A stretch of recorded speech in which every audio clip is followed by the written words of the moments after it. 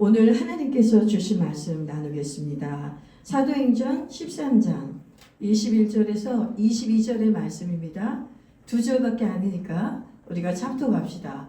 같이 합독하겠습니다. 시작.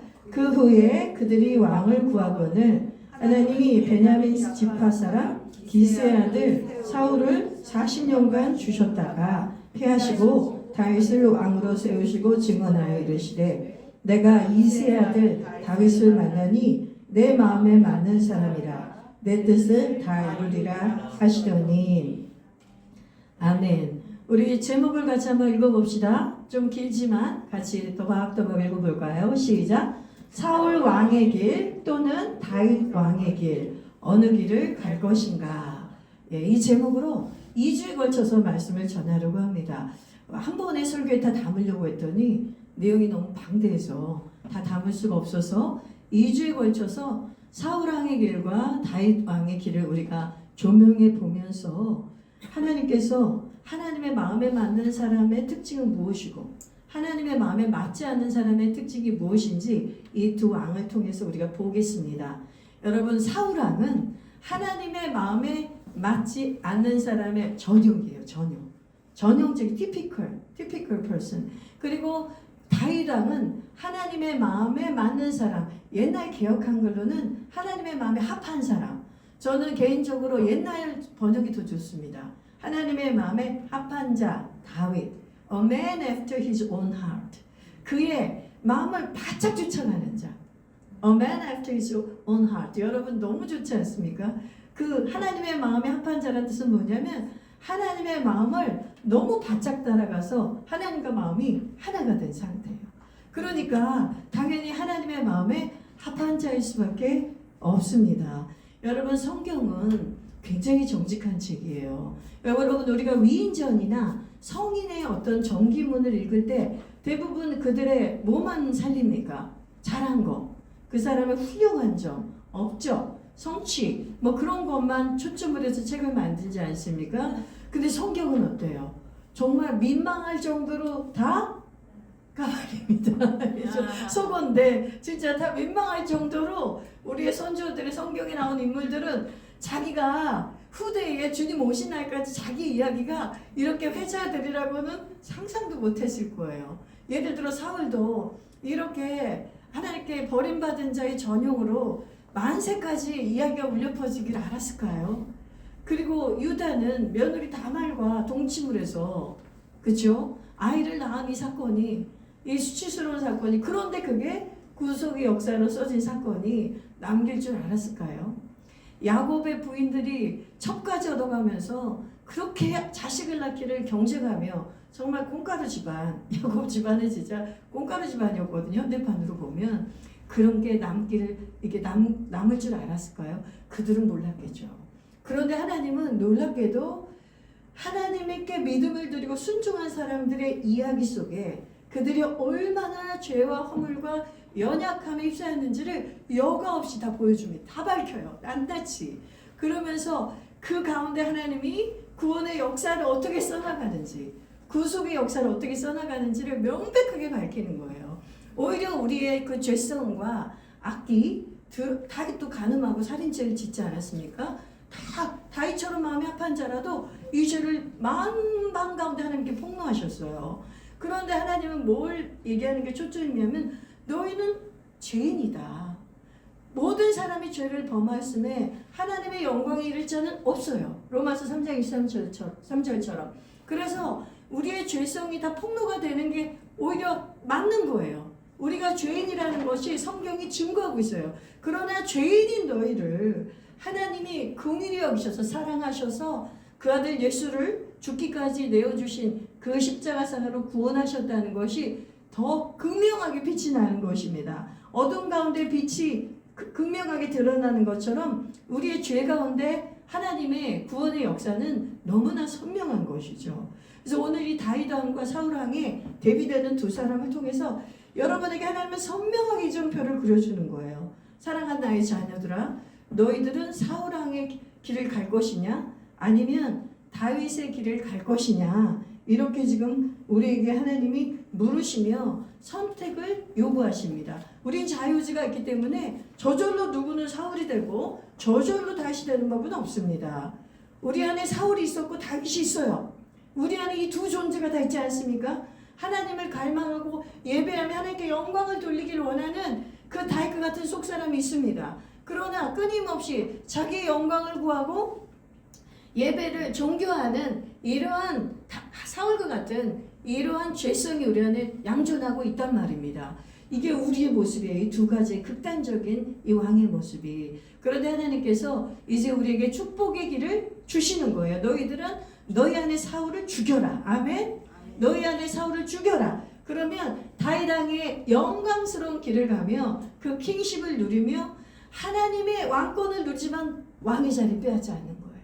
여러분 이게 너무 중요해요. 하나님이 주신 왕권은 영원토록 누리는 거예요. 근데 하나님 자리는 넘보지 말아야 돼요. 아멘. 아멘. 그게 다윗이 했던 일이에요. 사울이 타락한 건 뭐냐면 처음엔 겸손했지만 하나님을 자기의 왕으로 모셨지만 나중에 그 왕의 자리를 자기가 찬탈한 것이죠. 그리고 회개의 길을 놓친 것입니다. 여러분 오늘 두 가지 포인트, 다음 주에 두 가지 포인트를 통해서 그럼 하나님의 마음에 맞지 않은 사울의 특징이 두 가지가 무엇이고 하나님의 마음에 맞았던 다윗 왕의 특징이 두 가지인지 볼 거예요. 첫 번째, 사울 왕이 왜 하나님의 마음에 맞지 않았을까요? 그것은 사울은 하나님을 경외함으로 예배하지 않고 예배를 도구화했습니다. 블레셋 전투 앞에서 너무 두려웠어요. 사무엘이 7일이 되도록 오지 않는 거예요. 안절부절합니다. 그런데 사무엘을 기다려야 했는데 그 사무엘을 기다리지 못하고 자신이 죄를 범하고 율법에서는 절단코 제사장만 제사를 집도하게 돼 있잖아요. 근데 그것을 어기고 예배를 드렸습니다. 이게 무엇이냐면 예배를 도구한 거예요. 하나님을 정말 경외하고 신뢰하지 않았기 때문에 이런 인간적인 판단을 하고 인간적인 결정을 해버리고 만 것입니다. 우리 말씀 사무엘상 13장 12절에서 14절 말씀 좀 길지만은 우리 한번 천천히 읽어봅시다. 시작. 이에 내가 이르기를 블레셋 사람들이 나를 치러 길갈로 내려오겠거늘 내가 여호와께 은혜를 간구하지 못하였다 하고 부득이하여 번제를 드렸나이다 하니라. 사무엘이 사울에게 이르되 왕이 망령되이 행하였도다. 왕이 왕의 하나님 여호와께서 왕에게 내린 명령을 지키지 아니하였도다. 그리하였더라면 여호와께서 이스라엘 위에 왕의 나라를 영원히 세우셨을 것이거늘 지금은 왕의 나라가 길지 못할 것이라. 여호와께서 왕에게 명령하신 바를 왕이 지키지 아니하였으므로 여호와께서 그의 마음에 맞는 사람을 구하여 여호와께서 그를 그의 백성의 지도자로 삼으셨느니라. 아멘. 여러분 이 주목하세요. 파란색으로 해놓은 거 14절 보면 여호와께서 그에 맞는 사람을 구하시겠다고 그래요. 사울 왕이 왕의 자리에 있는데 여러분 이게 너무 중요합니다. 그러니까 하나님의 명령을 어기고 자신의 임의대로 행동한 것, 자신의 임의대로 예배를 그냥 도구한 것, 하나님을 도구한 것을 그것이 하나님의 마음에 맞지 않는 너무나 중요한 핵심적인 죄입니다. 여러분 사울은 이렇게 생각했을 것 같아요. 아니 그 예배가 일단 드려졌잖아. 예배 난 제사를 드렸고 하나님의 은혜를 간구했고 내가 블레셋 전투에서 이기려고 승리를 하려고 나는 좋은 의도로 한 거야. 좋은 목적으로 한 거야. 사울의 마음에는 그러한 변명이 있을 수 있어요. 그런데 여러분 중요한 게 뭐냐면 예배를 도구한 사울은 하나님과 온전한 관계를 맺지 못하고 있는 거예요. 만약에 예배가 도구화되지 않은 사울이라면 사무엘을 끝까지 인내하며 기다렸을 거예요. 자신이 두렵고 불안해도 끝까지 사무엘을 기다렸어야 합니다. 하나님의 명령에 순종해야만 합니다. 그런데 하나님을 신뢰함과 경외함이 없기 때문에 자신의 두려움과 불안함에 굴복해버리고 만 것이죠. 그런데 하나님은 이것을 어떻게 보냐면 망령되겠다는 거예요. 여러분 망령되겠다는 것은 굉장히 부정적인 말입니다. 하나님 앞에 아주 악한 행동을 했다는 것이에요. 그러니까 여러분 이 사울이 예배를 도구한 것이 이렇게 큰 죄라는 거 여러분이 기억하셔야 돼요. 그래서 우리가 드리는 예배가 이게 사울의 예배가 될 수 있단 말입니다. 우리는 매주마다 주일마다 이렇게 와서 예배를 드리고 또 여러분이 드리는 여러 가지 예배가 있을 수 있지 않습니까? 그런데 그 예배 때 우리도 만약에 사울처럼 내가 예배를 드리지 않으면 불안해. 내가 예배를 드리지 않으면 복을 못 받을 것 같아. 내가 예배 드리지 않으면 찝찝해. 이런 수준으로 예배한다면 우리는 기복적인 예배예요.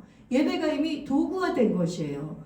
우리의 예배는 살아있는 하나님과 내가 만나는 만남의 현장입니다. 왕궁에서 왕의 보호자 앞에 왕을 아련하는 사건이에요.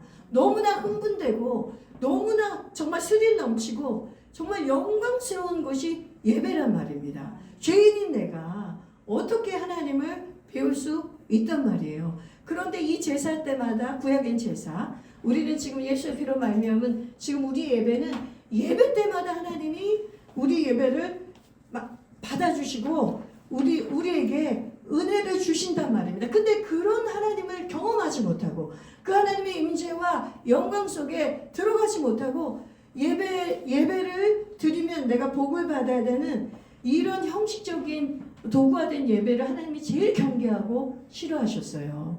제일 그것을 경고하셨습니다. 호세아 6장 6절에 보면 이런 말씀이 있어요. 나는 인애를 원하고 제사를 원하지 아니하며 번제보다 하나님을 아는 것을 원하노라. 여러분 이 말씀이 무슨 말인 것 같습니까?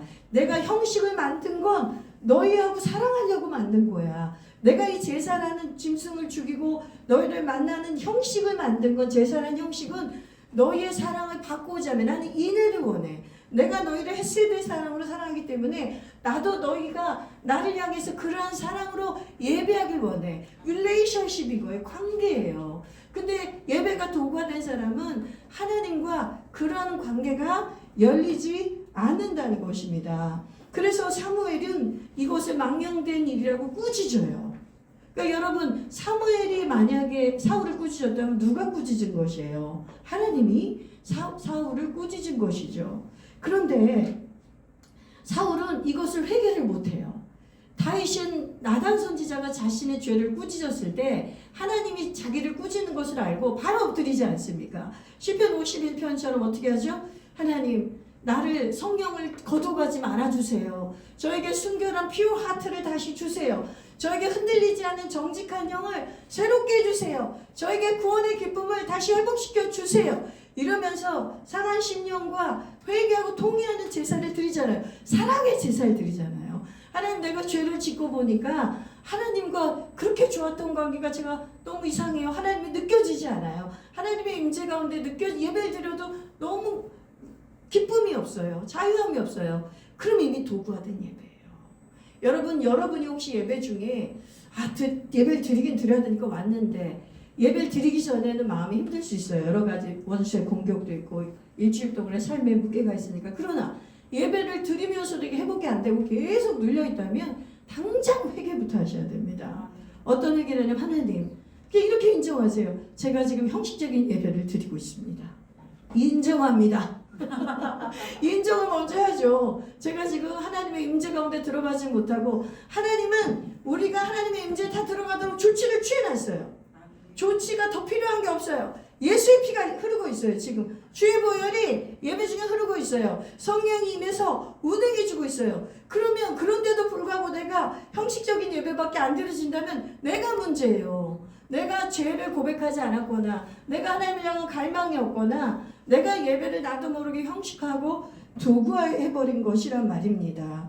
여러분 이것이 하나님께 정말 참된 예배를 드리는 것이 하나님의 마음에 맞는 사람의 기준이에요. 반면에 다윗을 봅시다.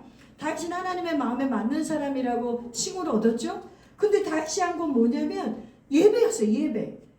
진정한 예배. 사울은 도구화된 예배, 형식적인 예배, 자신의 유익을 위한 예배를 드린 거고 다윗은 정말 하나님의 얼굴을 구하고 그의 임재를 사모하는 열망하는 예배자의 예배를 드렸단 말입니다. 우리 다윗의 예배를 한번 볼까요? 사무엘상에서는 우리가 그 장면을 찾을 수 없지만 시편에서 찾을 수 있어요. 시편 27편 4절을 큰 소리로 읽어봅시다. 시작. 내가 여호와께 바라는 한 가지 일 그것을 구하리니 곧 내가 내 평생에 여호와의 집에 살면서 여호와의 아름다움을 바라보며 그의 성전에서 사모하는 그것이라. 시편 51편 16, 17절 시작. 주께서 제사를 기뻐하지 아니하시나니 그렇지 아니하면 내가 드렸을 것이라. 주는 번제를 기뻐하지 아니하시나이다. 하나님께서 구하시는 제사는 상한 심령이라. 하나님이여 상하고 통회하는 마음을 주께서 멸시하지 아니하시리다. 여러분 이 시편 두 개만 읽어도 사울왕과 다윗왕의 제사는 완전히 다르지 않습니까? 여러분 다윗왕은요 하나님께서의 도구화된 형식적인 제사를 원하지 않는 걸 알고 있었어요. 내가 하나님 이걸 기뻐했다면 내가 양을 잡았을 것이다. 근데 다윗은 뭐부터 했냐면 양과 소를 잡기 전에 회개부터 했단 말이에요. 내가 회개하고 상한 심령으로 통회한 심령으로 하나님을 멸시하지 않으시기 때문에 하나님이 기뻐하신 제사는 상한 심령의 제사다. 회개의 제사다. 그러니까 내가 양만 잡아갖고는 아무 소용이 없다는 걸 안 거죠. 내가 그 양을 잡고 소를 잡을 때도 회개하는 심령이 다윗처럼 일어나야 그 양을 보면서 이 양이 내 대신 죽는구나. 아멘. 이 양이 내 대신 죽는구나. 내가 죽어야 되는데 내 죄의 문제로 이 죄 없는 양이 죽는구나. 그럼 우리는 이 예배 가운데 어떠한 회개의 심령으로 상한 통회하는 마음으로 나가야 될까요? 우리가 예수 십자가를 찬양할 때 예수님의 십자가를 우리가 묵상하고 기도할 때 그 십자가 앞에 우리는 매일 예배 때마다 서야 되는 거예요. 어린 양 예수 그리스도의 피를 봐야 되는 거예요. 아, 저 피를 보면서 죄송합니다. 너무 흥분했어요. 내가 내 죄 때문에 나의 죄 때문에 지금 예수가 십자가에서 피 흘리셨다는 게 너무나 선명하게 보여야 돼요. 그러니까 상하고 회개하는 심령인 사람은 그래서 십자가만 찬양을 들어도 그렇게 가슴이 먹먹하고 그 주님의 사랑이 온몸으로 진짜 짜릿하게 느껴지며 그 영광의 임재 예배로 들어가는 거예요. 그리고 다윗은 예배가 뭐라고 말했냐면 상한 회개의 제사일 뿐 아니라 그저 하나님이 좋아서 하나님의 성전에서 그분의 아름다움을 계속 바라보는 것이라는 거예요.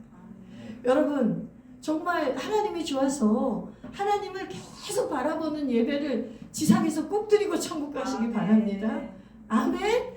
몇 시간이고 여러분 개인 예배 때도 그런 일이 일어날 수 있어요. 우리 회중 예배만 그런 게 아니라 개인 예배에서 그냥 찬양 한번 드리기 시작했는데 찬양이 끊이지 않고 찬양이 계속 나와. 내 영이 찬양을 멈출 수가 없을 때가 있어요.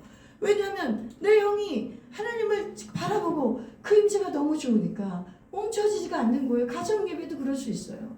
분명히 오빠 1시간만 드려 그래야 되는데 몸은 피곤했는데 예배 드리다 보니까 하나님과 영광이 너무 임하니까 1시간 반이 될 수도 있고 2시간이 될 수도 있고. 여러분 이게 하나님이 정말 받으시는 예배예요. 하나님이 막 시계를 보면서 우리 목사님은 또 길어지신다.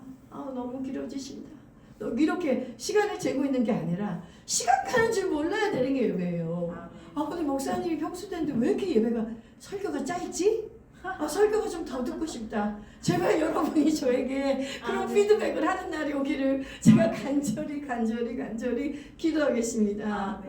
목사님 설교가 오늘 너무 짧다. 40분 했는데 오늘은 20분밖에 안 한 것 같다. 깜짝 놀래는 하나님의 말씀이 너무 좋아서 여러분 그런 예배자가 되면 우리에게 어떤 일이 벌어지냐면 일상의 삶이 예배가 돼요. 다윗이 시편 16장 8절에 굉장히 유명한 말을 써요. 내가 항상 내 주를 PPT는 없어요. 내가 내 주를 항상 내 앞에 모시며 그가 나의 오른손을 붙들어 주신다. 그러므로 내가 흔들리지 아니하리로다. 코람돼요. 이제는 그 성전에서만 예배가 아니라 내가 형식을 갖춘 예배 자리에서 예배를 드릴 때뿐이 아니라 그냥 매 순간의 삶이 코람데오가 되는 거예요. 나는 그냥 여호와 앞에서 행하는 거예요. 나는 여호와 앞에서 행하는 그런 예배에 그 놀라운 기쁨과 자유가 임한다는 것입니다. 여러분 참된 예배자가 된다는 거 완벽한 행위를 의미하는 거 아닙니다. 이 다윗과 같은 이 특징, 이 다윗과 같은 이 예배의 본질을 늘 자기가 가지고 그렇게 하나님 앞에 뛰어나가는 마음. 내가 아무리 죄를 졌어도 내가 뭔가 떳떳할 때도 내가 떳떳하지 않을 때도 내 자격이 아니라 내가 나의 어떠함이 아니라 하나님이 나를 이 하늘 보좌를 열어서 초대해 주셨고 오늘도 예배 나를 초청해 주셔서 그 영광스러운 임재로 나를 만나 주신다는데 거기에 감격해서 뛰어나가는 그러한 자세, 그러한 갈망이 우리에게 있을 때 하나님께서 우리를 어떻게 보시냐면 너는 내 마음에 딱 맞다. 아멘. 너는 내 마음에 합한 자다. 내가 너를 그렇게 만나길 원하거든. 근데 너도 나를 그렇게 만나길 원하는구나. 그러니까 a man after my own heart가 되는 거예요. 너는 내 마음에 합한다. 왜냐면 내가 오늘 너를 너무 만나고 싶었어. 왜냐면 내가 너를 만나서 너에게 영광을 받고 찬양을 받고 기도를 받기 원했지만 그것만이 아니야. 내가 너와 만났을 때 내가 너에게 줄 것이 너무 많아.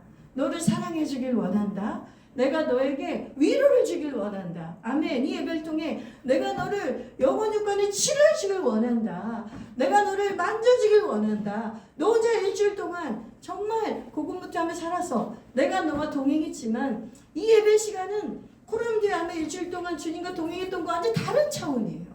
하나님이 그냥 잔치를 배설해서 그의 날개 아래 온 자들에게 살진 것으로 먹을 것을 준비해주고 우리의 그 목말랐던 이 세상에 얼마나 답답한 일이 많습니까? 얼마나 우리 고구마 먹은 것 같은 느낌을 줄 때가 많아요. 그 막혀있고 답답한 우리의 심령을 오늘 말씀을 들으면서 생수와 같은 말씀으로 우리가 시원해지고 회복된단 말입니다. 아멘. 네. 그러니 하나님이 태초부터 이 모든 만물을 창조하시고 안식을 주신 거 아니에요.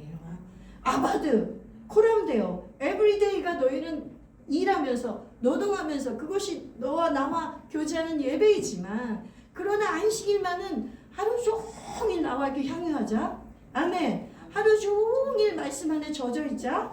하루 종일 내가 먹여줄게. 하루 종일 내가 그 목욕시켜줄게. 더러운 거 아직 묻혀온 거. 그런 거 하나님이 너무나 놀라운 날인 거예요. 그래서 제가 여러분 이 주일 예배를 그토록 사모하라고 귀에 여러분 피가 나게 얘기하는 거예요. 시간 엄수해 주세요. 그리고 교회 오시면 예배에 바로 즉각적으로 들어와 주세요. 여러분 생각해봐요. 그러면 아주 생각이 좋을 거예요. 저기 은총이 때문에 늦게 오는 건 제가 알고 있습니다. 저 가족은 제가 내용을 알았고 밖에 있다가 들어오신 거 알았고 그렇지 않고 모든 성도들은 11시가 예배가 맞습니다. 우리가 그렇게 정했고 우리 그것을 꼭 이제 엄수하시기를 바라요. 왜냐하면 여러분 생각해 보세요.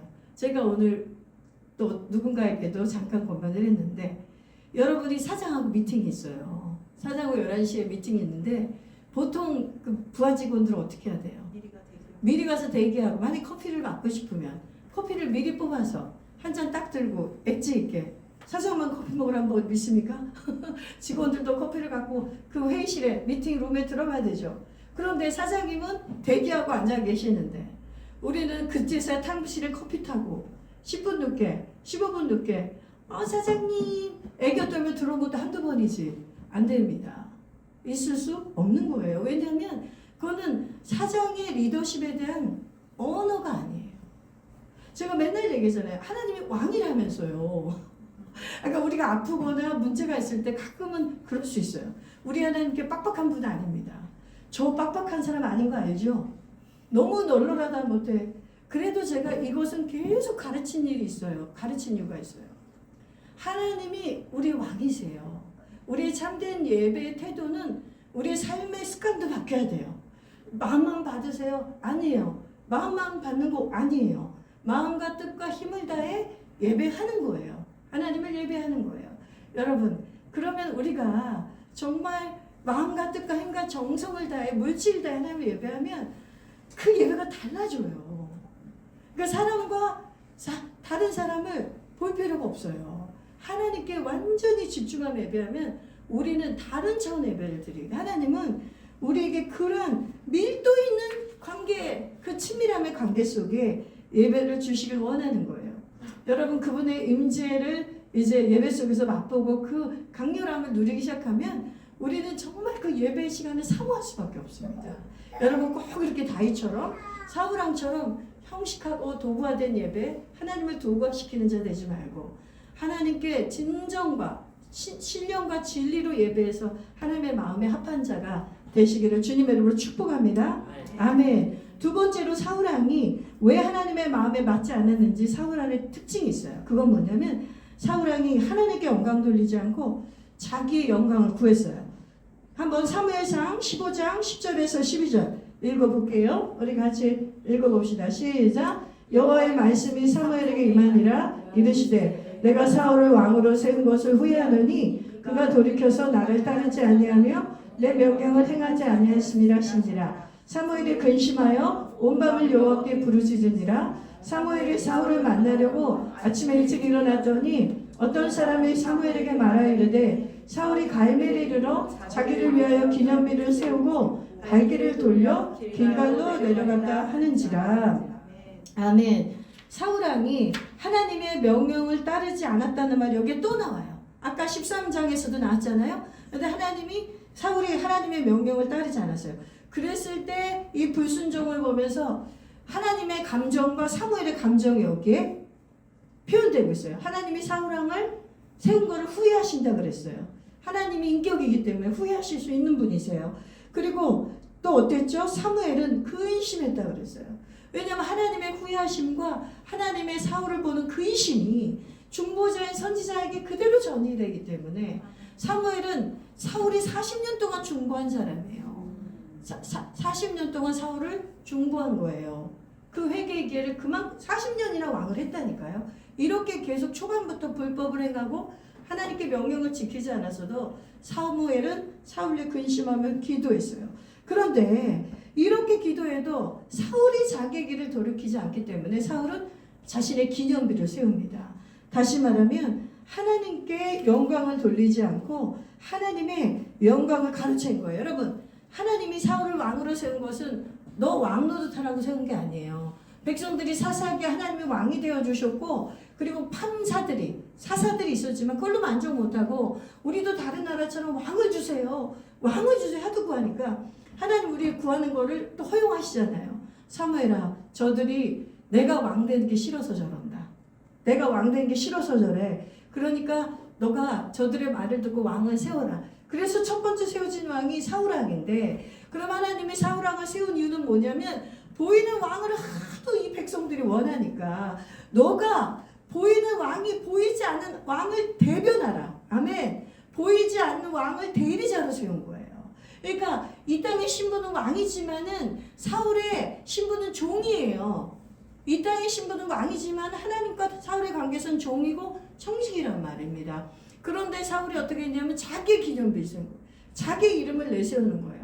그럼 다시 말해 하나님의 왕의 보좌를 찬탈한 거예요. 이 짓을 누가 했어요? 원수 마귀 사탄이 있지 않았습니까? 사탄이 그런 하나님의 보좌를 찬탈하라는 계획과 의도만 가졌어도 사탄은 바로 타락해서 천상의 세계에서 이 땅으로 쫓겨났습니다. 그렇죠? 하나님이 허용하지 않는 거예요. 그런데 하나님의 대적자인 사탄의 그 스탠스를 이 사울왕이 갖는 거예요. 그래서 여러분, 우리도 사울처럼 하나님께 영광을 돌리지 않고 내가 내 이름을 위해서, 나의 자랑을 위해서, 나를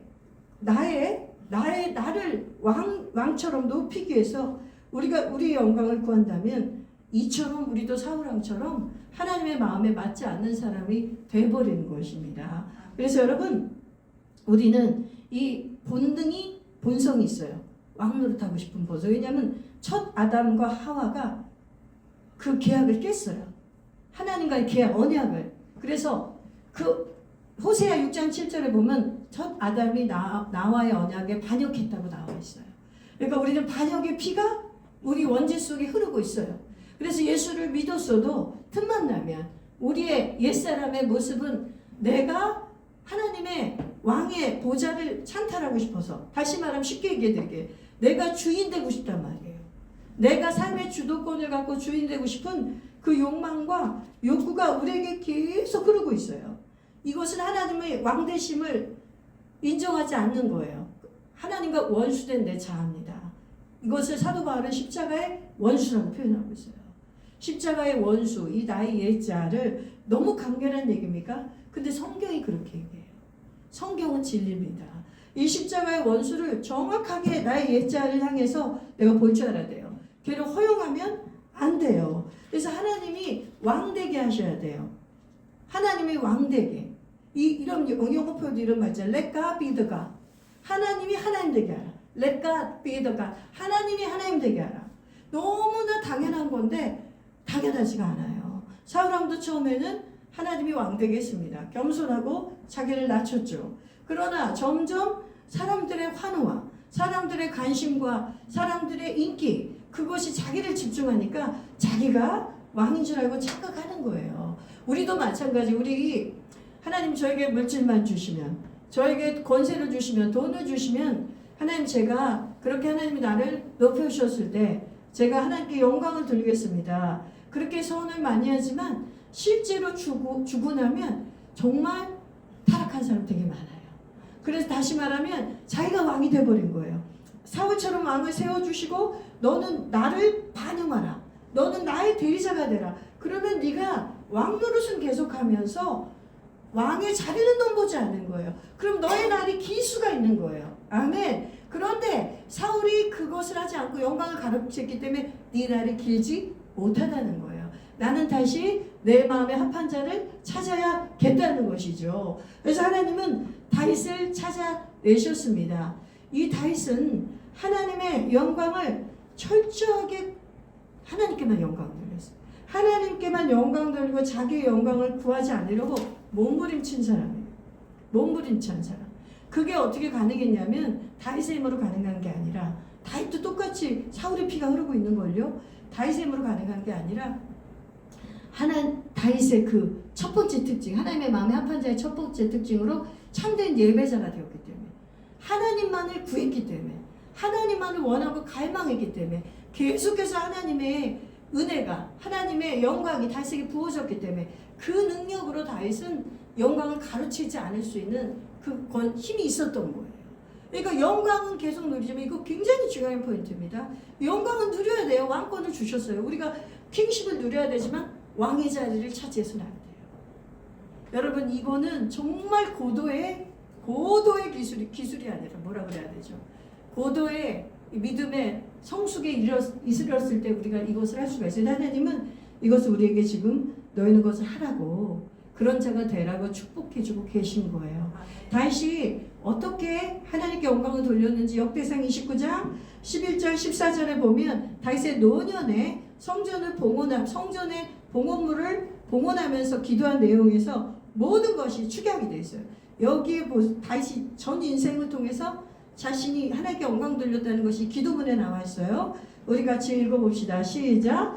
여호와여, 위대하심과 권능과 영광과 승리와 위엄이 다 주께 속하였사오니 천지에 있는 것이 다 주의 것이로소이다. 여호와여, 주권도 주께 속하였사오니 주는 높으사 만물의 머리이심이니이다. 부와 귀가 주께로 말미암고 또 주는 만물의 주제가 되사 권세와 능력이 있사오니 모든 사람을 크게 하심과 강하게 하심이 주의 손에 있나이다. 우리 하나님이여, 이제 우리가 주께 감사하며 주의 영화로운 이름을 찬양하나이다. 나와 내 백성이 무엇이기에 이처럼 즐거운 마음으로 들을 힘이 있었나이까. 모든 것이 주께로 말미암았사오니 우리가 주의 손에서 받은 것으로 주께 드렸을 뿐이니이다.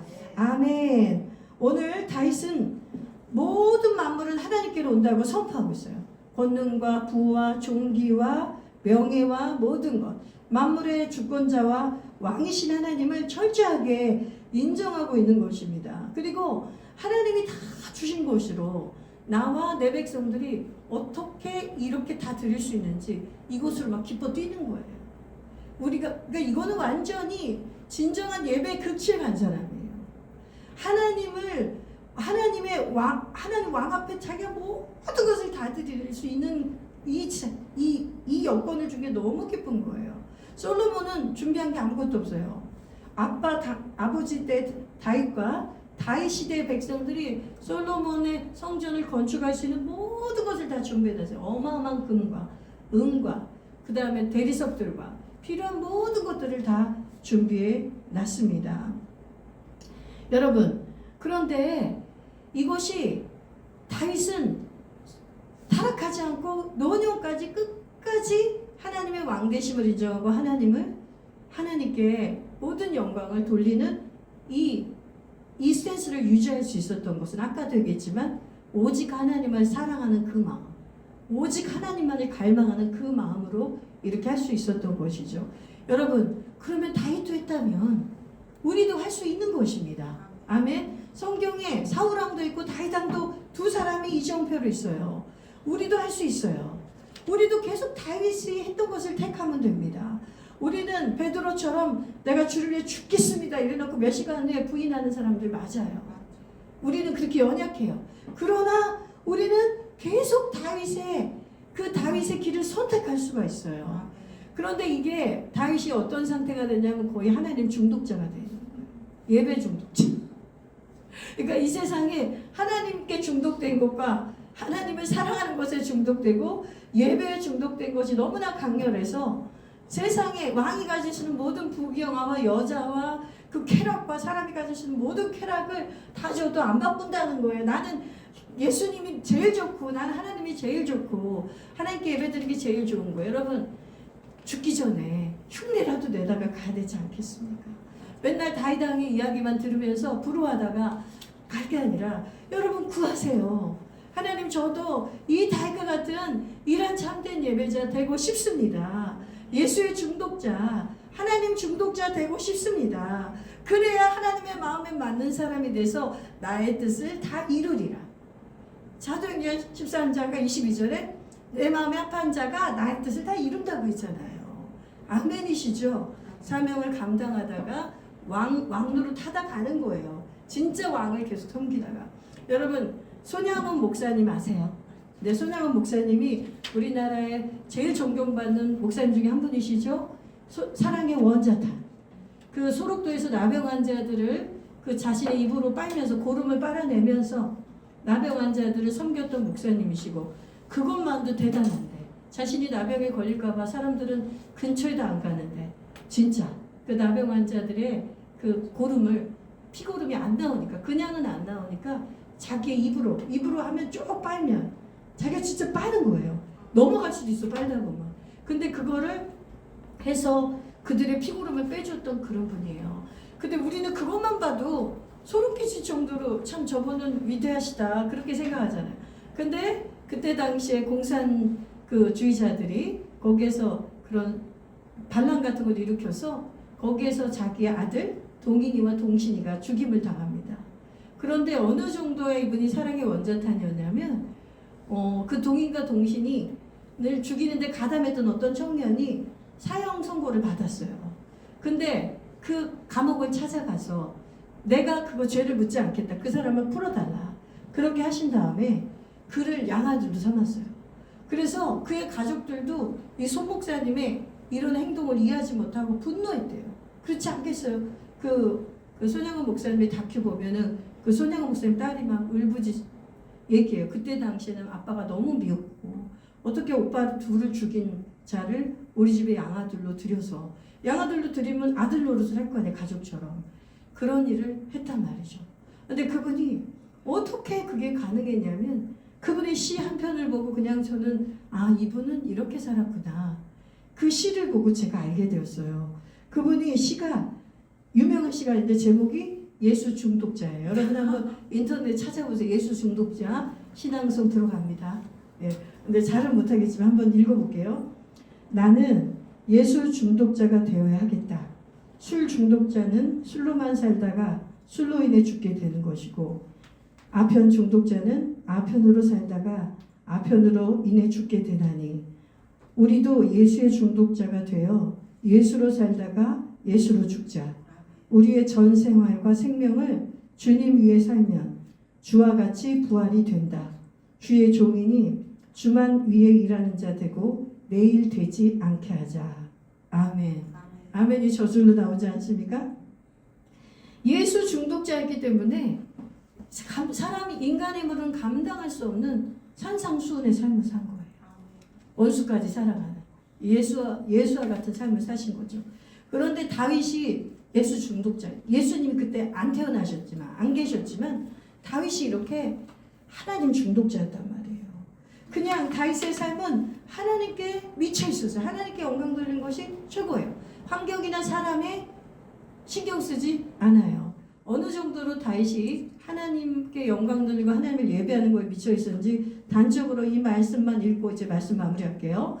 오늘 좀 말씀이 길어지지만 사무엘하 6장 13절 14절 그리고 21절 읽어봅시다. 시작. 여호와의 궤를 맨 사람들이 6걸음을 가매 다윗이 소와 살제 송아지로 제사를 드리고 다윗이 여호와 앞에서 힘을 다하여 춤을 추는데 그때 다윗이 베에봇을 입었더라. 아멘. 오베데돔의 집에서 다윗성으로 언약궤를 드디어 빼앗겼던 언약궤, 사울 왕 시대에 빼앗겼던 언약궤를 가지고 오게 되었습니다. 그러니 다윗이 너무나 기뻤어요. 너무나 기뻐서 바지춤이 내려간지도 모르고 옷이 보일 정도로 춤을 췄단 말이에요. 그런데 그 사울의 딸 다윗의 첫 아내 미갈이 흉을 봤어요. 당신이 한 짓은 아주 방탕하고 염치 없는 자의 행동같이 했다.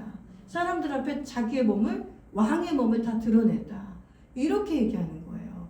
그러니까 다윗이 뭐라 그러냐면 나 사람 앞에서 한 거 아니야. 아멘. 나는 여호와 앞에서 한 거야. 나는 더 어떤 수치를 당해도 뛰놀 거야. 여호와 앞에서 춤을 추며 뛰놀 것이다라고 오히려 미갈에게 얘기합니다. 자신의 영광이 중요한 게 아니에요.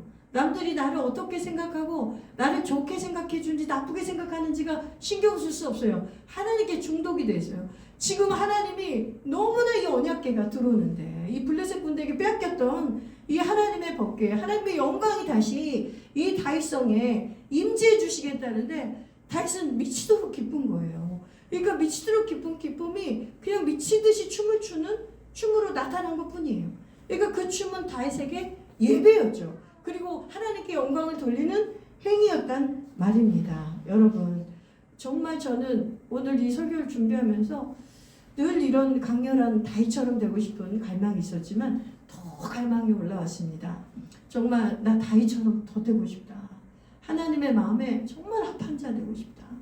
사람의 칭찬, 영광, 사람이 날 어떻게 생각하는지, 환경이 예배 드릴 만한 환경인지 아니든지, 내 앞에 도전이 있든지 말든지 지금 그 하나님의 영광이 나에게 쏟아지기 때문에 내가 예수 중독자가 되어서 그냥 하나님 앞에 춤추면서 난 예배하는데 완전히 하나님께 빠질 수밖에 없는 그런 임재를 정말 누리고 싶다는 그런 강렬한 영적인 충동이 제 안에서 올라왔습니다. 여러분, 말씀을 마무리합시다. 이제 우리가 다윗과 같이 하나님의 마음에 합한 자, 오직 하나님께만 영광을 돌리는, 먹든지 마시든지 일을 하든지 예배를 드리든지 누구를 돕든지 잠을 자든지 무엇을 하든지 우리는 하나님께만 영광 돌리는 저와 여러분 되시기를 주님의 이름으로 축원합니다. 그래서 하나님의 참된 예배자, 하나님께 참된 예배자, 하나님께만 영광을 돌리는 이 다윗과 같은 하나님의 마음에 맞는 사람이 되어서 우리도 나 이제 예수 중독자다 이렇게 고백하고 그렇게 하나님의 뜻과 일을 이루어드리는 저 여러분이 되시기를 주님의 이름으로 축원합니다.